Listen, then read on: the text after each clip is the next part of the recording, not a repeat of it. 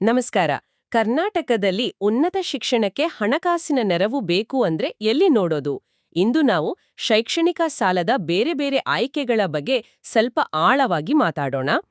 ಹೌದು, ಇವತ್ತು ಕರ್ನಾಟಕದ ವಿದ್ಯಾರ್ಥಿಗಳಿಗೆ ಯಾವೆಲ್ಲ ಲೋನ್ ಆಪ್ಷನ್ಸ್ ಇವೆ ಅಂದ್ರೆ ಸರ್ಕಾರಿ ಬ್ಯಾಂಕ್, ಖಾಸಗಿ ಸಂಸ್ಥೆಗಳು, ಆಮೇಲೆ ಸರ್ಕಾರದ ಯೋಜನೆಗಳು, ಇದನ್ನೆಲ್ಲ ನೋಡೋಣ. ನಮ್ ಹತ್ರ ಕೆಲವು ಲೇಖನಗಳು, ಮಾಹಿತಿ ಟಿಪ್ಪಣಿಗಳಿವೆ.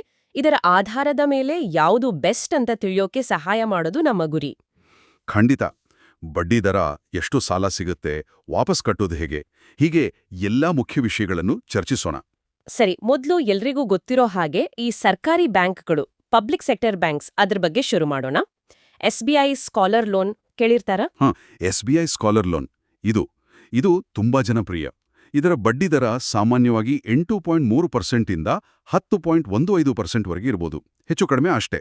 ಓಕೆ, ಅದ್ರಲ್ಲೇನಾದ್ರೂ ವಿಶೇಷ ಇದೆಯಾ? ಇದೆ. ಅಂದ್ರೆ ಒಳ್ಳೆ ಪ್ರತಿಷ್ಠಿತ ಕಾಲೇಜುಗಳಿಗೆ ಸೇರಿದ್ರೆ ಸುಮಾರು 50 ಲಕ್ಷದವರೆಗೂ ಸಾಲ ಸಿಗ್ಬೋದು. ಅದು ಆಸ್ತಿಪತ್ರ ಅಡ ಇಡೋದು, ಅಂದ್ರೆ ಮೇಲಾಧಾರ ಇಲ್ದೇನೆ. 50 ಲಕ್ಷದವರೆಗೂ ಮೇಲಾಧಾರ ಇಲ್ಲದೇನಾ? ಅದು ದೊಡ್ಡ ವಿಷಯ. ಹೌದು. ಮತ್ತೆ ಇನ್ನೊಂದು ಮುಖ್ಯವಾದದ್ದು ಅಂದ್ರೆ CSIS ಸಬ್ಸಿಡಿ ಅಂತ. CSIS ಅದೇನು? ಸ್ವಲ್ಪ ವಿವರಿಸಿ. ಇದು ಕೇಂದ್ರ ಸರ್ಕಾರದ ಒಂದು ಸಬ್ಸಿಡಿ. ಕುಟುಂಬದ ವಾರ್ಷಿಕ ಆದಾಯ 4.5 ಲಕ್ಷಕ್ಕಿಂತ ಕಡಿಮೆ ಇದ್ರೆ ಇದಕ್ಕೆ ಅರ್ಹತೆ ಇರುತ್ತೆ. ಸಬ್ಸಿಡಿ ಅಂದ್ರೆ ಬಡ್ಡಿ ಕಡಿಮೆ ಆಗುತ್ತಾ? ಬಡ್ಡಿ ಕಟ್ಟೋದೇ ಬೇಡ. ಅಂದ್ರೆ ಓದೋ ಸಮಯದಲ್ಲಿ ಮತ್ತೆ ಕೋರ್ಸ್ ಮುಗಿದ 1 ವರ್ಷದವರೆಗೂ ಆ ಸಾಲದ ಮೇಲಿನ ಬಡ್ಡಿನ ಸರ್ಕಾರನೇ ಕಟ್ಟುತ್ತೆ. ಓ, ಇದು ದೊಡ್ಡ ಸಹಾಯ ಅಲ್ವಾ? ಖಂಡಿತ. ಆದ್ರೆ ಒಂದು ವಿಷಯ, ಇದಕ್ಕೆ ನಾವೇ ಅರ್ಜಿ ಹಾಕಬೇಕು ಅಥವಾ ಬ್ಯಾಂಕಿನವರಿಗೆ ನೆನ್ಪು ಮಾಡಬೇಕು. ಅದು ಆಟೋ ಆಗಿ ಆಗಲ್ಲ ಕೆಲವೊಮ್ಮೆ. ಇದನ್ ಮಿಸ್ ಮಾಡ್ಕೊಂಡ್ರೆ ಸಾವಿರಾರು ರೂಪಾಯಿ ನಷ್ಟ ಆಗುತ್ತೆ. ಹಾ, ಇದು ತುಂಬಾನೇ ಮುಖ್ಯವಾದ ಮಾಹಿತಿ. ಸರಿ, SBI ಬಿಟ್ಟು ಬೇರೆ ಸರ್ಕಾರಿ ಬ್ಯಾಂಕ್ಗಳು, ಕೆನರಾ, ಬ್ಯಾಂಕ್ ಆಫ್ ಬರೋಡಾ ಅಥವಾ ನಮ್ಮ ಗ್ರಾಮೀಣ ಬ್ಯಾಂಕ್ಗಳು, ಅವುಗಳ ಕಥೆ ಏನು? ಅಲ್ಲೂ ಸಹ ಸಾಲ ಸಿಗುತ್ತೆ. ಬಡ್ಡಿ ದರ ಸ್ವಲ್ಪ ಹೆಚ್ಚು ಕಡಿಮೆ ಇರ್ಬೋದು. ಸುಮಾರು 8.85% ಇಂದ 11-12% ವರೆಗೂ ಹೋಗ್ಬೋದು. ಕರ್ನಾಟಕ ಗ್ರಾಮೀಣ ಬ್ಯಾಂಕ್, ವಿಕಾಸ ಗ್ರಾಮೀಣ ಬ್ಯಾಂಕ್ ಕೂಡ ಕೊಡ್ತಾವೆ. ಅಲ್ಲೂ ಮೇಲಾಧಾರ ಇಲ್ದೇ ಸಿಗತ್ತಾ? ಸಾಮಾನ್ಯವಾಗಿ ಒಂದು 7.5 ಲಕ್ಷದವರೆಗೆ ಮೇಲಾಧಾರ ರಹಿತ ಸಾಲ ಸಿಗೋ ಸಾಧ್ಯತೆ ಇದೆ. ನಿಯಮಗಳು ಬ್ಯಾಂಕಿಂದ ಬ್ಯಾಂಕ್ಗೆ ಸ್ವಲ್ಪ ಬದಲಾಗಬಹುದು. ಆದ್ರೆ ಇವು ಅಂದ್ರೆ PSBಗಳು ಸ್ವಲ್ಪ ನಿಧಾನ ಅಂತಾರಲ್ಲ, ಪೇಪರ್ ವರ್ಕ್ ಜಾಸ್ತಿ ಅಂತ. ಹೌದು, ಅದು ನಿಜ. ಸ್ವಲ್ಪ ಪ್ರಾಸೆಸ್ ಟೈಮ್ ಹಿಡಿಯುತ್ತೆ, ಡಾಕ್ಯುಮೆಂಟ್ಸ್ ಎಲ್ಲ ಜಾಸ್ತಿ ಕೇಳಬಹುದು. ಆದ್ರೆ ನಂಬಿಕೆಗೆ ಅರ್ಹ, ಲಾಂಗ್ ಟರ್ಮ್ಗೆ ಒಳ್ಳೇದು. ಸರಿ, ಈಗ ಬೇಗ ಸಾಲ ಬೇಕು ಅನ್ನೋರಿಗೆ ಖಾಸಗಿ ಬ್ಯಾಂಕುಗಳು ಅಥವಾ NBFCಗಳು, HDFC, ಕ್ರೆಡಿಲಾ, ಅವಾನ್ಸ್ ತರ. ಅವರ ಪ್ಲಸ್ ಪಾಯಿಂಟ್ ಅಂದ್ರೆ ವೇಗ. ಅಪ್ಲಿಕೇಶನ್ ಬೇಗ ಪ್ರಾಸೆಸ್ ಆಗುತ್ತೆ, ಮೇಲಾಧಾರ ಹೆಚ್ಚಾಗಿ ಕೇಳಲ್ಲ. ಹಾಗಾದ್ರೆ ಎಲ್ರೂ ಅಲ್ಲೇ ಹೋಗ್ಬೋದಲ್ಲ? ಅಲ್ಲಿ ಒಂದು ಸಮಸ್ಯೆ ಇದೆ, ಬಡ್ಡಿ ದರ. ಅದು ಗಮನಾರ್ಹವಾಗಿ ಜಾಸ್ತಿ ಇರುತ್ತೆ. ಸುಮಾರು 10% ಇಂದ 14% ಅಥವಾ ಅದಕ್ಕಿಂತ ಹೆಚ್ಚು ಇರ್ಬೋದು. ಓಹೋ, ಅಷ್ಟು ವ್ಯತ್ಯಾಸನಾ? ಹೌದು. ಮತ್ತೆ ಕೆಲವು ಸಂಸ್ಥೆಗಳ ಕಸ್ಟಮರ್ ಸರ್ವಿಸ್ ಬಗ್ಗೆನೂ ಅಷ್ಟು ಒಳ್ಳೆ ಅಭಿಪ್ರಾಯ ಇಲ್ಲ ಅಂತ ಕೆಲವು ಮೂಲಗಳು ಹೇಳುತ್ತವೆ.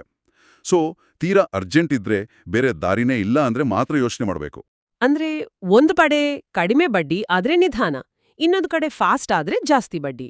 ಈ ಮಧ್ಯೆ ನಮ್ಮ ಕರ್ನಾಟಕ ಸರ್ಕಾರದ ಅರಿವು ಯೋಜನೆ ಇದೆಯಲ್ಲ, ಅದು ಹೇಗೆ? ಅರಿವು ಯೋಜನೆ ನಿಜಕ್ಕೂ ಬಹಳ ಒಳ್ಳೇದು.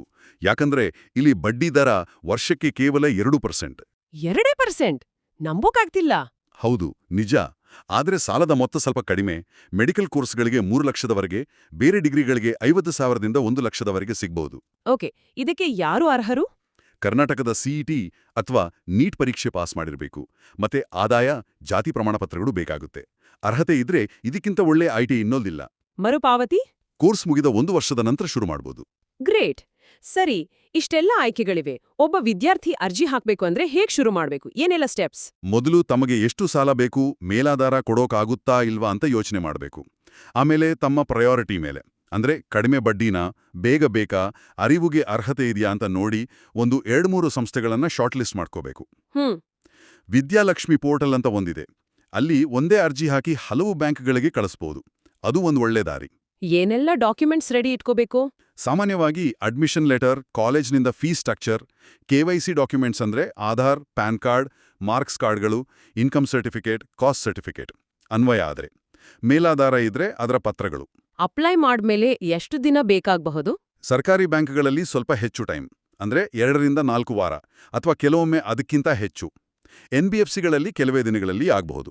ಲೋನ್ ಸ್ಯಾಂಕ್ಷನ್ ಆದ್ಮೇಲೆ ಬ್ಯಾಂಕ್ನವರು ಸಾಮಾನ್ಯವಾಗಿ ನೇರವಾಗಿ ಕಾಲೇಜ್ಗೆ ಕಂತುಗಳಲ್ಲಿ ಹಣ ಕಳಿಸ್ತಾರೆ. ಸ್ಯಾಂಕ್ಷನ್ ಲೆಟರ್ನಲ್ಲಿ ಬಡ್ಡಿ ಎಷ್ಟು, ಮಾರಟೋರಿಯಂ ಪೀರಿಯಡ್ ಎಷ್ಟು, ಅಂದ್ರೆ ಯಾವಾಗ EMI ಶುರು ಆಗುತ್ತೆ ಎಲ್ಲ ಬರೆದಿರುತ್ತೆ. ಅದನ್ನ ಸರಿಯಾಗಿ ನೋಡ್ಕೋಬೇಕು, ಲಿಖಿತವಾಗಿ ತಗೋಬೇಕು. ಮತ್ತೆ ಇನ್ನೊಂದು ವಿಷಯ ಮರಿಬಾರ್ದು. ಸೆಕ್ಷನ್ 80E ಅಂತ ಇದೆ ಇನ್ಕಮ್ ಟ್ಯಾಕ್ಸ್ ಆಕ್ಟ್ನಲ್ಲಿ. ನಾವು ಕಟ್ಟೋ ಬಡ್ಡಿ ಮೇಲೆ ಟ್ಯಾಕ್ಸ್ ವಿನಾಯಿತಿ ಸಿಗುತ್ತೆ. ಹೌದು, ಅದು ಒಂದು ಉಳಿತಾಯನೇ. ಒಟ್ಟಿನಲ್ಲಿ ಹೇಳೋದಾದ್ರೆ SBIಯಿಂದ ಹಿಡಿದು ಗ್ರಾಮೀಣ ಬ್ಯಾಂಕ್, NBFC ಮತ್ತೆ ಅರಿವುವರೆಗೆ ಆಯ್ಕೆಗಳು ಸಾಕಷ್ಟಿವೆ. ಹೌದು. ಮುಂದಿನ ಹಂತಗಳು ಅಂದ್ರೆ ಮೊದಲು ತಮ್ಮ ಅಗತ್ಯ ಏನು ಅಂತ ನೋಡೋದು, ಅರ್ಹತೆ ಇದೆಯಾ ಅಂತ ಚೆಕ್ ಮಾಡೋದು, ಸರಿ ಹೊಂದುವ ಒಂದು 2-3 ಆಯ್ಕೆಗಳನ್ನ ನೋಡಿ ಅರ್ಜಿ ಹಾಕೋದು, ಆಮೇಲೆ ಸುಮ್ಮನೆ ಬಿಡಬಾರ್ದು, ಫಾಲೋ ಅಪ್ ಮಾಡ್ತಾನೆ ಇರಬೇಕು. ವಿಶೇಷವಾಗಿ ಆ CSIS ಸಬ್ಸಿಡಿ ಮತ್ತೆ ಹಣ ಡಿಸ್ಬರ್ಸ್ಮೆಂಟ್ ಬಗ್ಗೆನಾ? ಹೌದು, ಖಂಡಿತ ಅದರ ಬಗ್ಗೆ ಗಮನ ಇರಲಿ. ಬಹಳ ಚೆನ್ನಾಗಿ ವಿವರಿಸಿದ್ರಿ. ಈ ಚರ್ಚೆಯ ಕೊನೆಯಲ್ಲಿ ಒಂದು ಯೋಚನೆ ಬರ್ತಾ ಇದೆ. ಕೇವಲ ಕಡಿಮೆ ಬಡ್ಡಿದರ ನೋಡಿದ್ರೆ ಸಾಕಾ? ಖಂಡಿತ ಸಾಲದು. ಅದು ಮುಖ್ಯನೇ ಆದ್ರೆ ದೀರ್ಘಾವಧಿಯಲ್ಲಿ ಮರುಪಾವತಿ ಹೇಗ್ ಮಾಡ್ತೀವಿ, ಒಟ್ಟು ಎಷ್ಟು ಹಣ ಕಟ್ಟಬೇಕಾಗತ್ತೆ, ಇದು ನಮ್ಮ ಮುಂದಿನ ಆರ್ಥಿಕ ಜೀವನದ ಮೇಲೆ ಏನು ಪರಿಣಾಮ ಬೀರಬಹುದು, ಇದನ್ನೆಲ್ಲ ಕೂಲಂಕುಷವಾಗಿ ಯೋಚಿಸಬೇಕು. ನಿಜ. ಪ್ರತಿ ಆಯ್ಕೆಗೂ ಅದರದೇ ಆದ ಅನುಕೂಲ ಅನಾನುಕೂಲಗಳು ಇರ್ತವೆ. ದೀರ್ಘಾವಧಿಯ ಪರಿಣಾಮ ಯೋಚಿಸೋದು ಮುಖ್ಯ. ಹೌದು, ಅಲ್ಪಾವಧಿಯ ಅನುಕೂಲದ ಜೊತೆ ದೀರ್ಘಾವಧಿಯ ಬದ್ಧತೆನೂ ಬರುತ್ತೆ ಅನ್ನೋದನ್ನ ಮರಿಬಾರ್ದು.